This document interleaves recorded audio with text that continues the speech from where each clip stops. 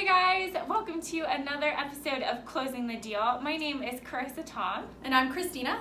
And so today, since we're kind of starting you guys off on marketing basics, we're going to cover SOI. So if you've never even heard of that acronym, it stands for Sphere of Influence. And so don't panic. It's not like somebody you radically influenced and changed their lives. It's just people that you know is what it stands for. So you can start building that list with close family friends or family, and then you can go to acquaintances, maybe past colleagues, past schoolmates. So it's really just anybody that you know. It is. And it can be, as detailed or as broad as you want. Right. But obviously the broader you get, the more people you're going to reach on a daily basis or a monthly basis, however often you do it. But a statistic that we found out about that kind of blew our minds was that 65% of your business comes from referrals. That's huge. Yeah. That is worth keeping up with, and it's easy to put on the back burner. We get it. I mean, we work on it too, and it's a little bit difficult, but it is worth it when you see a statistic that's 65% of your business. And a great way to start with that is in an Excel sheet. So if you don't have anywhere to start, you're starting from the ground, that's okay. You can start with just a really simple Excel sheet, label the columns with the names, the dates that you've interacted with them, how you know them, why you're interacting with them right now. And some really great things that we've thought of and that we've seen other people do is, putting in their birthdays. That's a really great touch when there's kind of no reason to talk to them, but it gives you a reason. Yeah. And then you look thoughtful.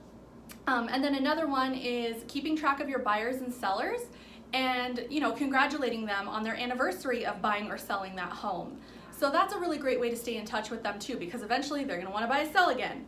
And then, just keeping track of all of your leads, whatever they are, however you found them, keeping track of them on that Excel sheet as well. It might take a few more columns to just keep yourself organized, whatever's going to help you remember, because you're going to have to be the one that refers back to it and make it useful for yourself. Right. And so the other thing about your spreadsheet and your stay in touch is don't write people off. Like, you never know how long it's going to be, right? You're not a fortune teller like we've talked about in the past. So you don't know when they're going to be potentially buying next or selling next, but consistently staying in front of them is going to keep you in the forefront of their minds. And also another way to kind of take advantage of your SOI is also just being social, like taking some of those people on that list and going to coffee with them and just, you can talk about life, which your life is real estate now. So that's just a part of keeping in front of people, because it's just meeting up and discussing life, but also spending time with people, right? Like, this is a world where we invest in others. That's the whole thing about real estate, is it's a people person kind of connection world. And then as well, another point of staying in touch with them, kind of as like the whole reason of building this, is you want to do email drip campaigns. Like, you can do a newsletter once a month, maybe with information on neighborhoods or new events coming out in your local area. I've even seen like how to build up curb appeal from a couple agents that I've been on their drip campaigns for. So there's lots of ways to stay in front of agents that way. And then the next thing is, a lot of people say like get active on social and post a lot, and so I'm not discouraging you from posting. I think that's also a good thing to keep your page alive.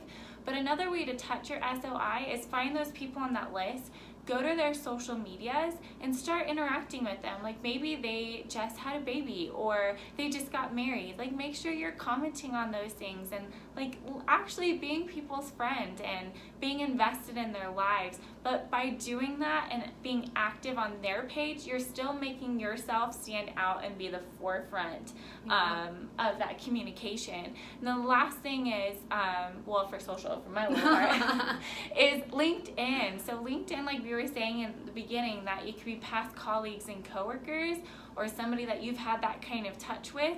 LinkedIn is perfect for that. So posting occasionally on LinkedIn is a way to remind people that you know or that you've worked with in the past that like, hi, I'm a realtor, this is what I'm doing, this is my business, right?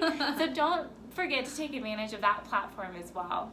Yeah, and once you get all of this going, it's really important to stay on top of it, and it's a great starting point, but there's so much more you can do with it. Eventually, you're going to want to get it into a CRM system. Like she said, doing a drip campaign can be amazing. There's just so many different things you can do, and it just ultimately helps you build your business. So I think with that, did I miss anything? The last thing I think we just want to remind you guys is make sure to say thank you to any referrals, right? Since we're talking about your SOI and sitting in front of people, and it's kind of that referral business, make sure to say thank you, right? Thank you. Like, don't lose the human aspect of the business. It's true. Thank you goes such a long way. But I think really with that, now we've got everything. thanks so much for joining us, guys. Bye, guys.